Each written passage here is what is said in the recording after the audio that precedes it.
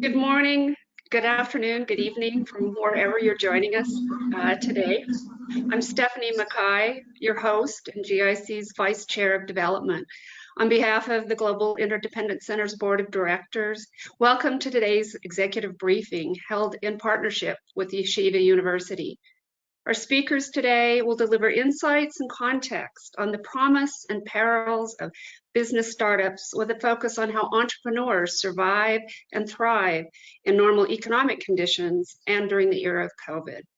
This topic is of particular interest for me since I've worked for the last 20 years as a social entrepreneur in the nonprofit arena, where I collaborated with colleagues to create business opportunities for individuals with disabilities. This is where I met Troy D'Ambrosio, when we began working on projects that tapped into the immense creativity of individuals with autism. I'm looking forward to hearing more about the work Troy is doing with the incoming generation of entrepreneurs, as well as hearing from Noam about the timeless lessons he has gleaned from his research on founders and the entrepreneurial mindset. We have a robust agenda today, and I'm so excited to introduce our moderator, Lisa McIntire Shaw, a longtime member and sponsor of GIC. Thank you, Lisa, and founding partner of Cygnus Asset Management, LLC. Welcome, Lisa.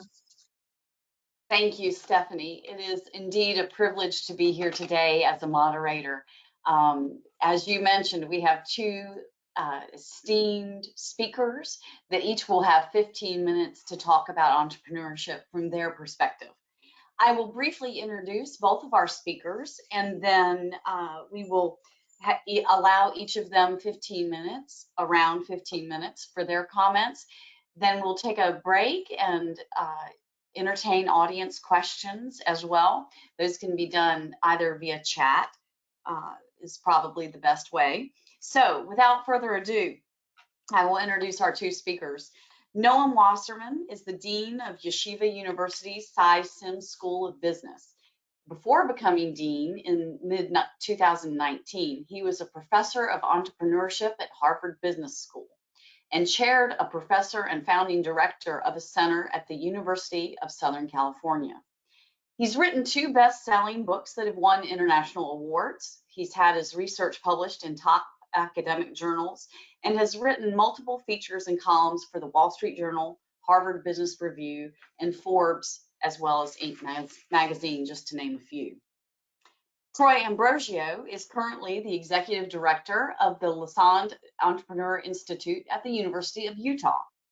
The institute has guided has guided numerous student and faculty startup companies from idea to launch, involving students along every stage of the process. He is co-founder, officer, and director of multiple startup companies, which attracted over $500 million in capital. He served as the vice president of investor relations and corporate communication for American Stores Company, which is a New York Stock Exchange listed firm, and the director of mutual fund operations for Wasatch Advisors. He graduated from the University of Utah in 1982 and was named the Ernst & Young Entrepreneur of the Year in 2000. Both of these gentlemen have extraordinary insight into entrepreneurship, and we look forward to their comments. As I mentioned, we'll start with Noam, and then we'll have a brief interlude and move on with Troy's comments. So without further ado, I would like to turn it over to Noam Wasserman.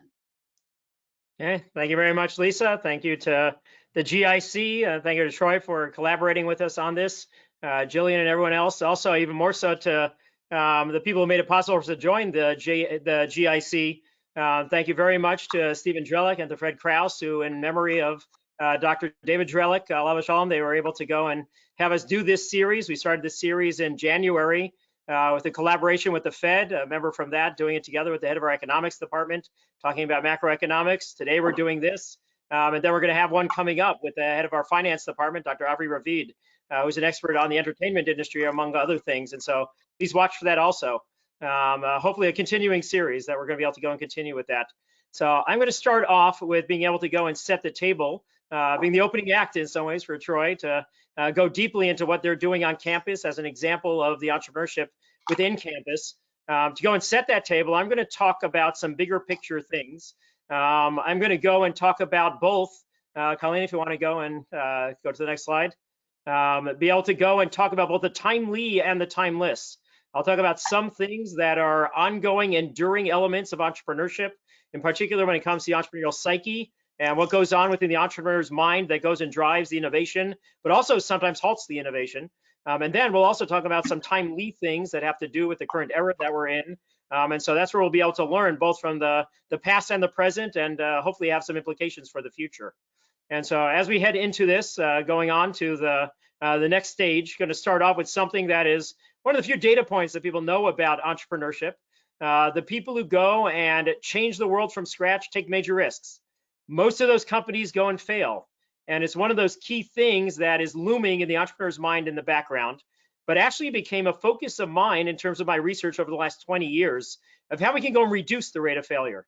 And there was a paper that was written that was published now more than 30 years ago by a gentleman who became a close colleague of mine at Harvard Business School named Bill Salmon, when he was going and taking a look at what do venture capitalists do, those investors who go and facilitate through the resources that they provide, the entrepreneurs and the startups to be able to go and grow. Bill, in a paper about venture capital, fortunately, I thought to ask about the failure part of the things you're never going to go and hear about. And so he was going and looking at the sources of failure and trying to go and categorize them. Think about these companies. These are the highest potential of ventures. Only about 1% or so of startups are able to go and raise venture capital money. And so Bill was going and taking a look at that failure rate and trying to categorize those. And so moving to the next slide. Okay, so as he's going and taking a look, he went in with his own ideas that pretty much matched what mine would have been about what those reasons for failure were going to be. And indeed, the things that we thought were indeed a little bit more than a third of the reasons for failure. So 35% of the reasons for failure within these companies were what today we would call product market fit issues, where they go and think that the product is going to be a great one, but the market doesn't agree. Or as you're going from a functional focus on developing the product and you have to go and build a company and you have to coalesce all the other functions to go and become a high-performing organization. A bunch of other problems there are indeed what Bill found. However, there was one predominant reason for failure. This is a tiny part of that paper, but to me, it had echoes for decades in terms of when I saw it, it went and sparked all the work that I did to go and flesh out all of these pieces of it. 65% of the reasons for failure were the people problems, were the soft, squishy, knotty, subjective human issues, the frictions between the founders or the tensions between them and all the other people who were brought on to go and help them go and build the venture, and that even the highest potential of ideas were being waylaid by the human dynamic. And so that's what I focused on now for the last 20 years of going and identifying what are the people decisions that founders make that tend to get them in trouble. How can we go and be able to understand which ones are ill-fated, which ones have positive aspects to them, but unfortunately are not chosen enough? And how can we go and be able to both understand them and educate the next generation about how to heighten their impact and their chances of success by having them make better decisions about the people to go and involve, so we can go and be able to reduce that 65% slice of the failure pie. A recurring theme that comes across all of these is the divergence between head and heart. And to me, the best of the quotes that I've seen on this comes from dear departed Steve Jobs. Steve Jobs said, "Follow your heart, but check it with your head." Unfortunately, when it comes to these people decisions, there are lots of ways in which founders default to the heart, default to the gut, the instinct, what feels right, and they don't know where to go and pull back on the reins, go and inject in the head a little bit of thinking about what to go and do. And what we have to go and do is be able to educate them about where are those forks in the road where defaulting to your gut might be problematic. There are lots of places where it's fine. A lot of times with product decisions, some of those other ones that we had up on that prior slide, following the gut, we celebrated in the entrepreneur, the instinctive entrepreneur. However, when it comes to the people problems, my research has shown on a very recurring basis that across the 16,000 founders that I collected in my data set, this is within the US, 20 years of annual data collection on this, a recurring theme is that too often following your heart, not checking it with your head, is what heightens that chance of failure. And so we'll get a little bit of an idea of some of those human aspects that go and cause these problems for founders. Let's go in terms of the next step. Let's go and take a look at one key thing in terms of a question that we can go and pose. Think about what you would answer to this. A statement that an entrepreneur's passion for the idea or startup is a key part of his or her magic. What would you answer? Would you agree with it? Would you be neutral? Would you disagree? In terms of what I typically find when I go and do this survey of founders, of lots of people who have been in the fray, people who are outside of it, our recurring theme is that we go and give a resounding thumbs up to agreeing with this statement that passion is part of the magic. Once in a while, I can go and find people who are neutral, and on very rare occasions, people who disagree with this.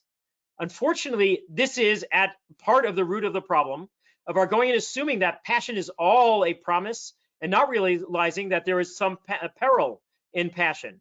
And so let's go and just take a look at a small microcosm of it. This is going back more than a decade ago at Harvard Business School. We went and brought back a bunch of our alumni, about 100 of them, who had been successful founders of their ventures. And I was doing a survey before it to go and understand the path they had taken, lessons they had learned, and a variety of other things that we were going and tapping during the 3 days that we had them together for it. And one of the questions that I asked was to go and compare their projections about how they would do financially, how much money they would need, to what the actual was. Think about these people. They were educated at one of the best schools in the world. They had actually been among the successful ones. Think about what percentage of them you think would have hit their projections or done better than it. Well, actually, the number who hit their projections, it was only 4% of the people who had gone and hit their projections. And so, Colleen, if you can move to the next slide. Oh, sorry. So the first one, this thing, let me just back up in terms of within our culture and things like that. That we go and celebrate being engulfed with passion as we go and find the careers. So in terms of that, being able to go and set up what is our conventional wisdom around it, celebrating it, people are told, find what you're passionate about, what your hobby is, and make it your job, your business.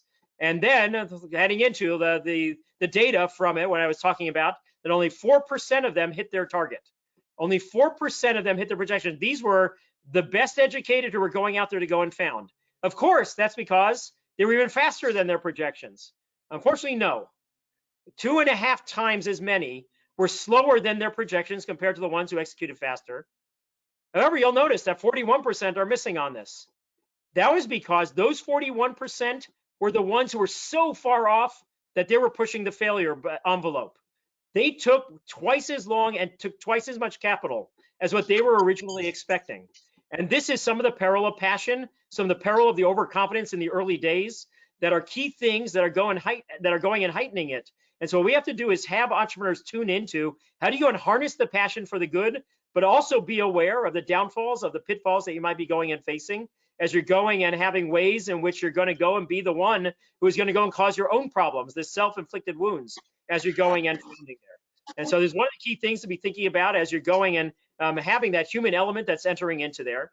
When Lisa was going and introducing, she mentioned the pieces that I've done for the Wall Street Journal. One of them that I went and did for the Wall Street Journal was on this pervasive peril that we have when it comes to the passion side of it, that we can go and trace it from before you're even founding and your decision to go and found, and the way in which you're going to be mischoosing it. If we can move on to the next slide. And the way in which you can go and follow that all the way through when they're making decisions about who to go and involve in the venture, how that's going to go and be causing problems for it, all the way to the investor side when they're going and pitching the investors and bringing their projections to them. And so let's go and take a look now that we've seen a little bit of the continuing human element to it, at starting to take a look at some of the timely sides of it. Think about these industry leading companies that are now a big part of our lives. Cloudflare is a leader in internet security, WhatsApp, Slack, Venmo, all of these that we're very familiar with. Is there anything that you can think of that connects all of these? Well, key thing that connects all of them is when they were founded. They were founded a dozen years ago in the midst of the Great Depression. The Great Recession that was happening in the late 2000s, 2008, 2009, 2010. This is a time that you would say, don't you go and dare found at that point. There's going to be all sorts of problems. This is the least of the times you should be going and thinking about it. Well, this is actually something to go and appreciate now that we are in the economic times that we have, to go and think about, actually, how can I harness those times to go and turn crisis into creativity? This is something we can go and think about within the university. This has become one of our key mantras about how we go, and in Hebrew we call it Gamzu Latova, we should also make this setback into getting stronger. These world-beating companies did that during that recession. And if we go and take a look at even more so like how tough it was at that point, we go and see over time the difference between business starts and business deaths. We can go and see on this next slide that over time, you usually have the green is the business starts, the births, the red is the deaths. And even in the dot-com bust of 2001, they were about equal there. And usually it is that the starts are far above what the deaths are. When these companies were going and being founded, that's when the deaths were significantly higher than the births. Let me go and give you a mini case study here from this week that goes and shows how you can take that red line as an entrepreneur and be able to use it for your benefit. And so earlier this week, I was going and catching up with one of my alums to go and understand something that he was doing right now. He reached out for help with going and founding. If we can go move on to the next slide with it as we go, and thank you for highlighting that piece of where we were. So Stephen went and was founding a food company, and he went and pointed to, we have in this key hire of his, Carlos, about how he went and harnessed this current environment to be able to get stronger when he was going and founding. And so the first thing that he went and pointed to was when it comes to the deaths of startups, so we can move on to the next slide, how that enabled him to have a fire sale on high-end equipment. That from having other food companies that went out of business, the red line of the deaths, he was able to get much better equipment than he could have gotten otherwise. And the second one that he talked about was being able to go and get Carlos. That Carlos had been a high-end baker at a top restaurant that went and suffered during COVID, had to go, and Carlos was on the job market, and Stephen was able to go and get someone far better than he had been expecting within the venture, and that now they're hitting on all cylinders to be able to go and have this new venture founded amidst COVID, to be able to go and right out of the gate be a lot more solid than it. If we go and take a look now just at the investor side of it, before we go and head into the home stretch, on the investor side, we take a look at venture capital returns. First, when the economy is going up, what the research shows is from my analyses of things from Cambridge Associates, 1988 to 2016. We go and take a look at when the economy is going up, venture capitalists are raising a lot more funds. Makes perfect sense. So we go and take a look at the correlation between a very significant correlation of about 0.4 between the two of these. But if we go and take a look at venture capital returns, when you have that the bigger funds on the market, venture capital returns actually fall off of a cliff. They actually go down dramatically. And that's because the extra resources that are out there that you would usually think are going to be facilitative of a lot of the entrepreneurs that are out there, that goes and stokes the competition across startups that a lot of times are going to be a lot tougher. Stephen is having a lot less competition because he is going and founding right now, and very significant negative correlation that we find between the surplus of funds that are out there and the returns that venture capitalists have, a negative 0.3 correlation between the two of those. And so this is where we can go and see that the best of the venture capital funds are the ones who are in the bad markets that are able to go and invest in for entrepreneurs. If you can go and harness it to be able to go and use that time, that's where we can go and be able to emerge from the challenges, the crisis that turns into opportunity. So let me just go and relate that, just to go and set the table for Troy. He's going to go and talk to us about how on his campus they're able to go and facilitate a lot of the entrepreneurship side of it. I'm going to take a microcosm a bit of within Yeshiva University, what we do entrepreneurially to go and leverage a whole bunch of our strengths. One in the particular realm has to do with our very close ties with Startup Nation, with Israel. What we have on campus is an incubator, and Troy's going to talk about the one in Utah that we're going to be able to talk about. A very unique one, though, at YU to go and harness those ties to Startup Nation. And so when I was first coming on board as dean almost 2 years ago, on that Thursday, it was the ribbon cutting of the YU Innovation Lab. And what the YU Innovation Lab is, there's usually like the startup incubators on campus. Colleen, if you can move to the next slide to go and, oh, sorry. So sorry, I forgot about one other example about being able to go and harness the brightness of the downturn. When evaluating an idea and you're doing it when there's lots of resources out there, a lot of times you're not looking very carefully to see if the light bulb is lit. Unfortunately, that leads to the research shows that a lot of times worse ideas are founded. There's a lot more bad ideas that are founded during up times. However, in the dark, entrepreneurs are looking a lot more closely at whether the light bulb is on and whether this is a good idea. And there are better ideas that they're going and launching because they're having a much tighter filter on their passion and on the other things there. And so the ways in which we can go and harness this to go and counter those natural human inclinations is one of the key things to be careful about. One other inclination, just to go and highlight for the entrepreneurs out there, is around birds of a feather flocking together, something that we go and call homophily within academia, that it's very natural that we're attracted to people who are just like us. And unfortunately, that's one of the things that entrepreneurs have to think a lot more deeply about. Another one of those human biases that we have to go and counter. For me, the very funny image that I found to go and capture this about how we go and like to hang out with the people who are just like us. Within our social circles, it's a great thing to go and do, much more comfortable. Unfortunately, within founding teams, this can be the death of the team. You go and have a tech business that is founded by 2 techies and no business person, a 2x0 team, or where you have a tech business founded by 2 business people and no techie, a 0x2 team. And what we have to get over is our homophily and that natural human inclination. We have to go and find a 1x1 team of having a techie find a business person and get over the homophily. And it's one of the key things on campus you have to go and focus on to be able to go and bring together the different parts of the campus, the science side of Yeshiva University together with the business side, and be able to go and have those teams come together. And so I was mentioning the YU Innovation Lab, the things that we're going to be able to go. We can go on to the next slide, Colleen. So as we go and pull it together, what the Innovation Lab is geared to go and do and what our courses are, to go and have the students tune into where's passion apparel, where's overconfidence going to become for us, where can we not go and follow our gut, where can we go and make sure that we're not succumbing to homophily, and also the natural human tendency to go and avoid conflict, not go and discuss the difficult issues and have it come back to cause problems for us. And this is at the core of how on campus we're going and helping the students and beyond campus and the boot camps that we do to go and avoid our teams blowing up because of these natural human inclinations that are going to go and result in that 65% of the slice of the pie causing problems for us. And so within the Innovation Lab at YU, what we have is students who are going and being able to go and work with the companies that are working out of the Innovation Lab. If we can move to the next slide. And so this was that ribbon cutting that I was going and mentioning. What we have, the startups who are working out of it are Israeli startups. They're ones that succeeded in Startup Nation in their small domestic market and now want to make the transatlantic leap to be able to go and found their New York operations, be able to go and move into the biggest of the markets in the American market.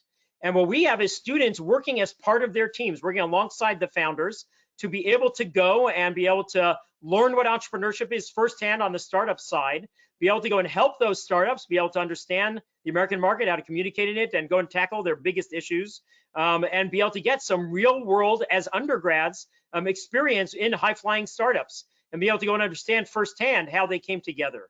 And so this is part of a full ecosystem that we've been able to go and do beyond the courses that we go and offer and the standard ones that are on campus. We can move to the next slide to go and just show a quick graphic of that ecosystem. At the bottom here on the startup experience side of what our students are able to go and get, there's the Innovation Lab. We also have a winter trip that to go and be on hold this year, but is going to be restarted next year, taking a bunch of students to Startup Nation firsthand to go and see innovation and entrepreneurship there firsthand. And then when they come back, they are part of courses where they're working with the iLab companies, guided by professors to go and be able to deepen and apply the things that they've been learning across the curriculum and apply them to the startups. Then we have a summer internship program in Israel where the students are working as part of the startups there and a top incubator that we go and partner with to go and have their alumni employ our students as interns. They're able to go and see it firsthand and get a lot of the real world under the real world experience under their belts. That's on the startup experience side of the ecosystem that we've built. But then being able to go and experience the investor side, I was talking about the VC data and the key part they play in facilitating startups.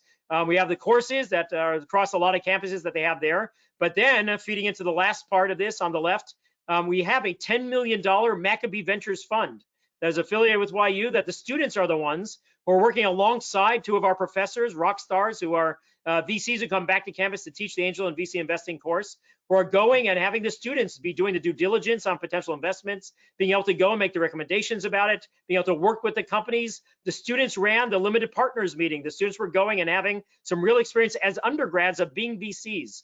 And then it feeds back into, they'll be stronger on the startup side for having done that. And so I'll just go and set the table for Troy, talking about what they're doing on their campus, a little bit of an echo of what we can see within the YU campus of a model that goes and leverages the strengths of YU to be able to go and bring entrepreneurship to our students. So thank you very much, Lisa. Thank you, Troy. Let's go ahead on to go and complement it with his case study at Utah.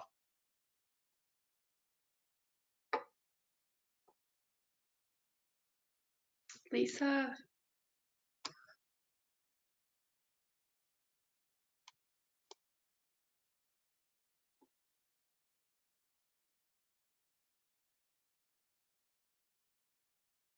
Next, we'll have Troy give us his perspective on entrepreneurship. So he will be next up and talking. So we'll, Colleen, allow Troy to take over the platform. Great. Well, hello. Thank you, everybody. Thanks, Lisa, for that. I want to thank Stephanie for inviting me to present today, and thank all of you for being here. I want to thank Noam and Yeshiva University for asking me to participate as well and collaborate with Noam. So if we could get my slides going up, that would be great. Thank you. You know, it was very interesting listening to Noam and kind of crystallize it so well of the challenges that you face, particularly in an educational program designed to help entrepreneurs and all of the issues that are faced by them. So how do you design a program to deal with all of those impediments that you see in it? And I'll tell you how we've kind of evolved our program as we've run into those issues and tried to overcome them. So if we could go to the next slide. So we started, and if you could advance the slides, there we go. We started about 20 years ago in 2002, and our focus was really on students and the student experience around and using entrepreneurship really as an applied engaged learning experience and focusing on how do we take from the classroom that students are learning specific theories and things and applying them real time to their passionate projects that they're after.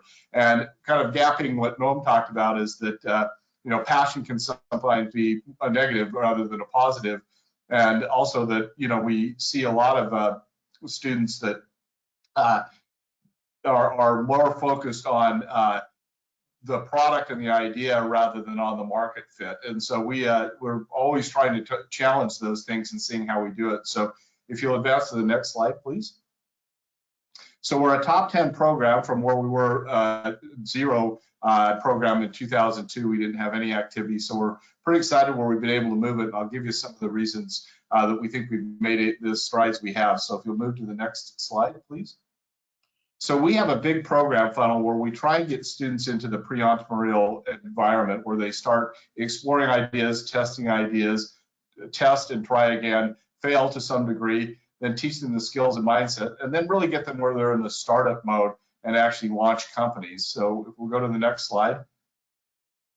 So this is our program set, and the way we actually do this is we actually allow this to be a self-directed learning experience for a great part of it, outside of the classroom, extracurricular activities, and allow students to manage it within their busy daily life of going to classes, taking finals, going on breaks and things. And so you can step in and out of the program that meets your needs, and it also is time to meet your the phase you're in to start. You might be needing help with launching a website, and so we have an Hours with Experts program where somebody will help you with building your website. Or you might need a little bit of money, and we have a Get Seated program that'll give you a $500 micro grant. So very flexible, very adaptive, designed to meet students where they're at and address many of the things that Noam talked about and what the failure points are by allowing students to test and have rapid learning cycles around their idea and see if it's viable and worth pursuing. And also,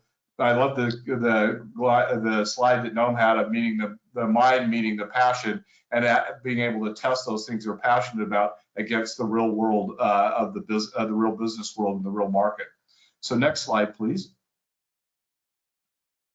So as part of this, and to solve one of the big problems we saw that Noam pointed out, which is the homogeneity of startup teams. We, a few years ago, launched a building called the Lassonde Studios. It's a 20,000 square foot innovation space. It has a full prototyping facility. It's got offices for about 25 student-led companies, but more importantly, it's combined with a 400-bed residential community. So we had a theory that if we put a bunch of diverse people together, backed them with resources, gave them programmatic resources as well as capital resources, that we'd create some more startups and we'd solve some of the problems that Noam pointed out. So if you'll jump to the next slide. So one of the things that Noam pointed out was how diversity is lacking in startup teams. And so what we wanted to make sure in the building and living at Lassonde in our residential community was how do we solve that? Gender was a big issue, but also students from freshmen to graduate students mixing together, and then different areas of thought, different areas of study. So we have over 60 areas represented in the building living with us. So we have down the hall from a freshman in business is a PhD in microbiology, and that usually doesn't happen on campuses, but it certainly doesn't happen in an entrepreneurial community generally. So next slide, please. So also was just volume of a high level of engagement from colleges across the state, high schools across the state, to get them involved and have them come into the University of Utah and start engaging with us both in academic as well as extracurricular programs. So broad number of students, getting as many as we could. And the goal is not to have all of them as founders, because a founder, the person that is the passion person, needs the creative person, they need the technical person, they need the people that ground them in the business world as well. So next slide, please. So I mentioned we're a statewide program, so we pull and partner with all sorts of organizations across the state, both educational as well as non-educational, but really a big focus on college and high school students within our program to really build and cultivate that at early stages and bring them in to our campus. Next stage, please. So one of the things we've done is this is a very student-led organization. We run all of those programs you saw on that earlier slide with students on scholarship. So one of the ways we found to get students engaged is allowing them to run a business model competition, to run a workshop, to run a speaker series, and get them engaged. And that allows us to keep the program very fresh, because it's always a new set of students coming in every year. We have about 80% turnover in the number of students we have. And it also allows us to be very flexible in how we design programs.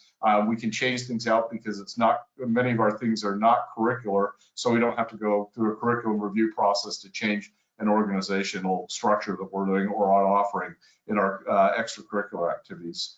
So next program, please, or next slide, please. So one of the things on diversity and that we've used this scholarship program is to bring people from other parts of the campus in. Before we built the Lassonde studios and opened it up in 2016, we were primarily pulling from the business and engineering school, and that's still a big part of it. But we've been able to pull in students from across campus, social work, medicine, architecture, things that you wouldn't normally see in an entrepreneurial program, using these scholarship dollars to get those people involved in and those students involved in our entrepreneurial offerings and get engaged with other students. Next slide, please. So this is when we saw the results of the theory that we had about if we put all of these little atoms of energy together and surrounded them with resources, what would happen? So this is the 20-year history of the Lassonde Entrepreneur Institute, and you can see the red line there with the Lassonde studios open up and the explosion in the number of startup companies we have launching every year. Of those companies that launch every year, we get about 100 to 120 to some sort of revenue every year, and about 20 to 25 to pretty significant revenue every year, and 2 to 3 that get significant funding either through a Kickstarter campaign, a crowdfunding campaign, or through venture capital investment. You can see the dip between 19 and 20, the effects of COVID when we had to shut down last spring and over the summer. What's really interesting is if you look at the number this year where we're coming in, is it's bouncing back up closer to that 500 number. So we've been able to adjust and real time, and what we've seen really is a continued interest in students in being involved in entrepreneurial activities, and really with our campus mostly shut down from the classroom standpoint, this has been the connection point for many students, is being involved with other students around their startup company. So next slide, please.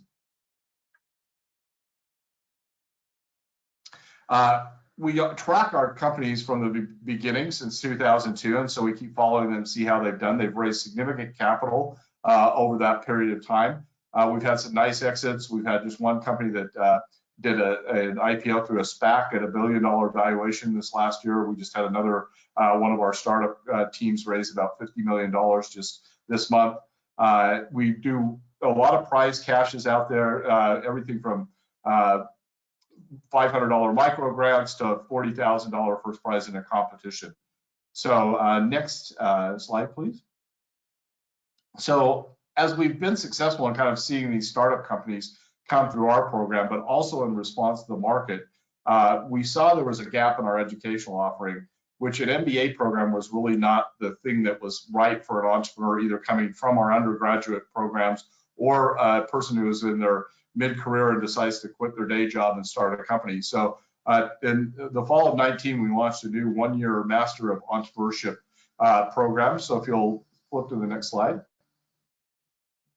So it's really 9 months. It's really focused on your startup. It's essentially an accelerator meets a business degree. So think Y Combinator with an academic degree. We scholarship this fully for founders in the program. They have to be working full-time on their business. So that's one of the qualifications to get in. They have to have an undergraduate degree with an accredited university at a 3.0 GPA. But beyond that, the focus of the academics is really putting their company and their business at the heart of the educational experience and use their company as the case study for their educational experience. So next slide, please. So this is the group of founders that are in this year's program. You can see a pretty diverse group. We have all the way from students who have just recently graduated to, like I said, people in their mid-career that have left a job and have started a company. So next slide, please. So I'll give you a case study from our first cohort. DoxyMe was actually a company that launched out of a undergraduate program, a telemedicine platform. They launched and they were doing okay. They started generating about $20,000 a month in revenue, but they were kind of stuck. And as Noam pointed out, it was more of a people problem than anything else. Two of the co-founders, they'd given equal equity to 4 of them as co-founders. 2 of the co-founders were no longer very much engaged in the company. The company required of their operating agreement unanimity on all operational ideas, so they were stuck. They couldn't get the 2 co-founders to agree to invest more in the business, to expand more in the business, to hire additional people. So as we brought them into the Master of Business Creation degree program, we're focusing on how do we solve those problems. And in one of our courses in the program is Negotiations for Entrepreneurs. We actually used buying out the 2 partners that they had problems with as the case study and the learning experience for the other founders in the program to see how you deal with that and negotiate that out. We were able to successfully negotiate a buyout of the 2 partners that were having problems, restructure the company. When they came in the fall of 19, they were doing about $20,000 a month in revenue. And this is a case was lifted by COVID as a telemedicine platform. They were in May of last year, we're doing gone from about $20,000 a month in August of 19 to several $1 million of revenue in May of 2020. So a really interesting case study, but had they not been able to buy their partners out and restructure their company, they wouldn't have been able to take advantage of the growth that hit them with COVID. So next slide, please. We also kind of bookended this with, we saw a lot of students coming out of high school with really interesting ideas, people who had already started businesses and had generated revenue, but the academic offerings, again, didn't kind of meet what they wanted to do in a college career. So we started a new program called Lassonde Plus X. That might be Lassonde Plus Engineering, that might be Lassonde Plus Fine Arts, or Lassonde Plus Marketing. And launched this program as an academic offering that gave you credit for working on your startup idea. Next slide, please. So this is how it works. Three courses. 2 of those courses count for general ed credit. So that solves one of the issues of students who are very focused on getting graduated and very focused on the efficiency of spending their tuition dollars. So they get academic credit for general ed courses for being an entrepreneur, and had a very good first year in launching that program. So next slide, please. We also coupled that with the scholarship program for self-identified entrepreneurs who want to come in and live in the Lassonde studios. We give them a housing scholarship, admit them in. We have a special cohort where they meet weekly as founders and have some additional kind of guidance and support from mentors. And that program has been very successful as well. We're in our 2nd year. So next slide, please. So this is the diverse group from all over the US that we've been able to pull students in that come in and identify as entrepreneurs as freshmen and live in the building with us. Next slide, please. So right now, what we feel like we've built really kind of a platform that brings high school students in, allows them to experiment, get through some of the issues that Noam was talking about, fail in a very efficient way, in a very productive way, to learn from that and move on to different ideas, to not get stuck on a bad idea. But also then, if they do find and get traction, to find people, surround themselves with additional talent, to have resources that allow them to actually launch a business and get to revenue. And then if they graduate and have traction and need some additional runway, to join in our Master of Entrepreneurship, Master of Business Creation degree program. So with that, I kind of wrapped up my portion, and we'll kind of turn it over to questions now.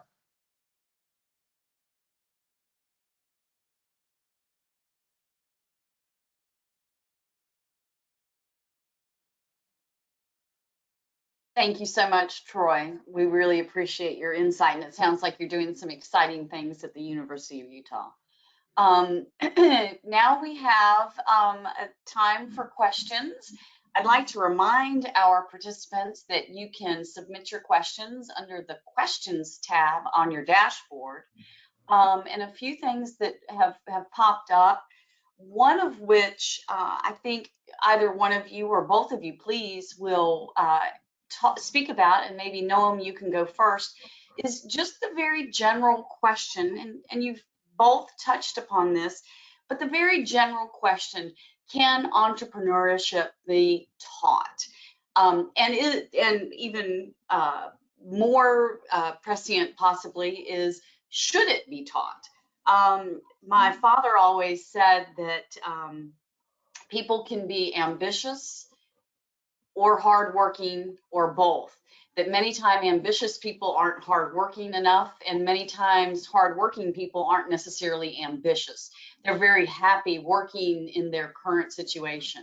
So what do you feel, each one of you individually, or what has your experience been with teaching entrepreneurship? That's what the topic is today, and that's what you've both briefly spoken about. But philosophically, can entrepreneurship actually be taught, or is it a personality trait, so to speak, or a little bit of both? So first, Noam, why don't you answer that to start with, and then Troy, you can chime in, please. No, absolutely. That was actually the title. I put up the thing from Wall Street Journal I did in 2014. 2 years before that, they asked me to be part of a debate, can entrepreneurship be taught? They're trying to get someone on the pro side, someone on the anti side. I thought it'd be more fun for me to do the anti side, argue that it can't be taught. But they had me go and do the pro side. If you think about it, 70 years ago, people were asking, can business be taught? 50 years ago, they were asking, can leadership be taught? This is the kind of thing that as we go and gain more knowledge, if we can go and outfit the next generation with the benefits of that knowledge, we're never going to be able to take away everything that they have to learn by doing. But if we can go and start them off right, it's like my wife is a doctor, a couple of my daughters are about to be doctors and things like that. I go and liken it to what they had to go and do in chemistry lab. We don't just go and throw them in, go and mix chemicals and see what comes out of it. We teach them chemistry first. We go and have them understand which ones will be good, which ones won't be, and a bunch of the guardrails. And then they still have to go into the lab to go and be able to see that firsthand piece of it. We've learned a lot about product stuff, as Troy was talking about, like within the entrepreneurial side, being able to teach them product market fit, how you go and tune into it. We have to go and teach them how passion is going to cloud your A/B testing, how you have to go and get past a whole bunch of the human problems that we have that are going to bias your results, but how to go and do the product side, how to go and be able to have the human side is something we've made a lot of inroads and now can go and educate them about that. And then once we go and arm them with that, we'll be able to unleash them to do it a lot better. I actually thought that Troy's Doxy case study was perfect for this. They failed, had to recover from it, and then do it right. And I began life as an engineer. My perspective is design the system right to begin with, not go and take a flawed system and try to patch it. And so that's where if Doxy could have learned to begin with, that you're going to do it badly on what I call the 3 R's, like the key things that my research has shown are the key decisions they blow. The relationships you're going to tap. You're going to be more likely to do it with friends. Well, you're going to have all sorts of problems with the conflict avoidance with the friends, and you're going to have a lot more homophily with them. On the roles side, that Troy said, that they said you have to be unanimous. That caused problems for them. Roles and decision making, the second of the R's. And then the reward side, they blew the equity split. the unthinking, we're going to punt on the discussion about who really is valuable here and do the 50-50 split that he was mentioning there. If they could have learned about the 3 R's to begin with, have gone through negotiation exercises to practice it, go and do that well within our risk-free environment first, Toxie could have been even more of a rocket ship than it was. And so we can go and arm them with that. And also a key thing is the entrepreneurial mindset piece of how do you recover from when you fail? Arm you to fail less. And when you fail, how do you go and learn from it the best rather than recoiling and saying this isn't for me? And so those are all the kinds of things that we do within our curriculum that Troy does, very well within the campus there. And so I say those things are very educatable, and being able to go and harness it with giving them life skills, regardless of what they go into, those are going to be things that are going to serve them well. Perfect. Troy, your thoughts? Yeah, I agree. And I think the thing that we disconnect is, the startup company is still a company, right? You still need to do all of the things a business needs to do. You have to know accounting, you have to know marketing, you have to have human resources, you have to have financing. So you still have to have a core business knowledge, and probably in this environment, a technical component to it too. And so you still have to have a fundamental understanding of all those things to run it effectively. And so we can't disconnect that this is something different than a business. It's still a business, and you have to have that core knowledge. And we see a lot of technical founders come in that have great product and ideas and software, but they don't have any idea what the revenue generation model is, or how to read a P&L and a balance sheet to be able to know if it's a profitable endeavor. And so you still have to teach core business principles there. As Noam said on the 3 R's, I mean, those are core business principles if you think about an organization and what you have to do. So it's not disconnected from that. So you can teach people to be entrepreneurs, and there are certain people that are naturally kind of inclined to risk-taking, passion and things. Those people almost have to be harnessed the other way, is brought back down to reality and understand how to make a passionate idea into a profitable idea. So it's not putting them in different buckets is kind of a mistake to say, well, this is not a business, this is a startup. No, it's a business. Or to say that a business that is operating successful doesn't need entrepreneurial thinking in it. They need to be innovative. And now with the rapid business cycles that we're going through and how quickly markets change and things, that you have to have that inspiration within businesses and be able to think that. I think the biggest challenge that I see in entrepreneurs, that is the ability to deal with ambiguity, particularly if your idea is very innovative, that you don't have a clear idea who your customer is, how to charge for it, what type of people you will need, what type of financing you will need, and to get people through that ambiguity cycle where you're going to have to take some risk and learn about that, and do you have the stomach for it? Can you do that? And that's not for everybody. And part of what our program is designed to do is to test where you fit well in that. Are you a coach? Are you the quarterback? Or are you, a cheerleader on the sideline? Because not everybody can be the founder. And so what's your role? What part you fit? And sometimes that changes, right? In different timelines, that'll change. You might play different roles, and in different startup companies, you may play different roles. That leads me personally to a question about team building. Is that something that happens organically? I love, thank you, Noam, for teaching me a new word, homophily. In our own firm, we've tried very intentionally to gather different opinions. None of the people in our firm went to the same college or university. They have religious and social differences and are from different areas. So is that something that happens organically? Because people have asked me about our team, how did you build this team? And part of my answer is, some of it just happened organically. Some of it, you do have to have a certain amount of liking each other and getting along. But what are some key things that people, as they build out their idea, need to look for in complementary skills and talents? And how are there any checklists or processes for people to self-recognize? Like I myself, I was, even though I'm in the financial services industry, I was not an economics major in college. So I think I naturally have known my weaknesses, but that's me.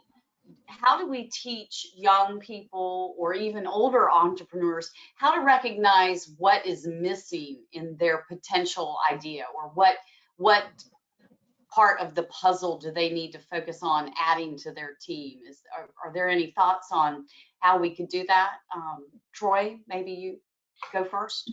Yeah, and exactly. The one of the key things that reason we built the Lassonde studios, and it's open to any student on campus to come in there, was to solve that very problem. Because as Noam said, that I mean, as an entrepreneur, or particularly as a student entrepreneur, your circle of people you can hire from are the people you know. They tend to be like you, right? You don't have a human resource department, and so we had to figure out how to solve that. For years, we tried electronic bulletin boards, and we tried kind of forced kind of meetup events, and we realized that wasn't very effective. So what we created was an open environment where you could come in and meet people and kind of sample and test and talk to people and build trust. We have a cafe in the Lassonde Studios building that's open to anybody. So you can walk in and have lunch or have a cup of coffee and not have to commit to be an entrepreneur, but you can see what entrepreneurs and startup companies are doing and start really easy into that. Say, that looks interesting to me. Maybe I should go talk to that person.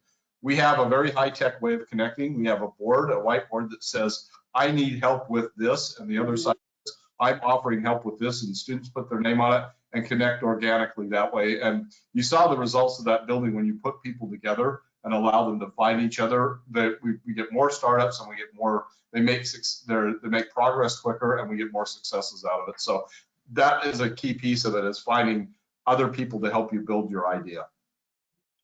Yeah, Lisa, you already hinted at the biggest way that I've found to be able to go and give people a structured process to go and counter their homophily, and that is the checklist. And so what I tell them to go and do is educate yourself enough about the path ahead in your venture to go and understand what are the dozen things, maybe, whatever the number is going to be, that you have to be able to succeed at, and create that checklist. Now go and check off what you can go and do yourself. And the unchecked boxes are your marching orders for what to go and find that you are missing. And if you already have a team that is going and doing it, and they're going and checking it off, usually what you find is double checked boxes. Usually you find that because of the homophily, because they're very similar, there's going to be double checked. And because of that, they're going to be unchecked. And that, to me, when I just go and ask them for their checklist, I can go and identify right there. You know, if you see the double check, that's problems. That's going to be tensions within the team. That's going to be people stepping on each other's toes. They're going to be wrestling with each other, being able to go and make the decision themselves. No, why are you any better at making that decision than I am? And the unchecked is where they're not going to have a critical thing that is filled in there. And what it should be is a single check in each of those boxes, but with having that foundation of the compatibility on working style, the values, things like that are going to be the glue that are going to keep them together despite their differences. And that's the art of building the founding team, being different in the right things, being similar in the right things. A lot of times I will go and push them to go and date each other first. Go and try a project, a small one first, before you go and commit to going and co-founding together. You'll learn all sorts of things by going and doing that, about if you're similar in the right things or you're similar in the wrong things. And then you can go and have a discussion, evaluating in a very clear way, hopefully also with someone who's going to be able to be the clear eyes, like the third party, that you're not going to be seduced by, you know, your natural inclination to say, yes, we did great together, let's go and do it. But go and evaluate it then and decide based on that date whether you should go and get married. But otherwise, oftentimes founders will go and get married without going through the dating, getting to know each other, because they fool each other into thinking we're good friends already. We know each other. It's a very different compartment of life that you know each other from. And so being able to go and map it to that and having a real project to be able to go and learn about it is one of the key other steps in addition to the checklist. Interesting. I'm kind of laughing to myself because my husband is a very friendly competitor of mine. And I learned very quickly that that my marriage was more important than us doing business together, even though we talk about business all the time. People work for my husband, people work with me. And so, you know, I think I may have noticed that before he did. One of our audience did pose a very good question, and Noam, we'll go to you first on this. The question was, can you outline the different ways that government policies either inhibit or promote entrepreneurship? So what role does government have in this, whether it be state, local, or federal? And so again, Noam, if you can go there, and just as a quick reminder, we have 5 minutes left in our session today. So government, what can government do, or should they not do in the world of entrepreneurship? Yeah, no, I don't think we have much more time than to go and outline like the buckets of things, be going and considering things like that. There's the regulatory, and then there's also the legal. And so when you have within the regulatory about, how many things you're going to make them jump through hoops, at what point is a business still small, and is it at 50 that now you have to go and be, going and having those hoops that are going to be imposed on you? On the legal side, a lot of things are going and changing on non-competes that go and prevent people from founding, being able to go and stay, leverage the knowledge they've gotten of an industry. Well, can their prior employer come and torpedo, their idea because they're going to go and claim the intellectual property, or they had a non-compete agreement with us and other things along those lines. And so government sets the rules of the game that can go hinder or foster the things that they're going to be going and doing. And then those are the direct, in some ways, government effects. And then there's the indirect ones. So have they gone and facilitated the investor class? Investors, with the capital gains, and are they taxed or not? A bunch of other things that are at question there.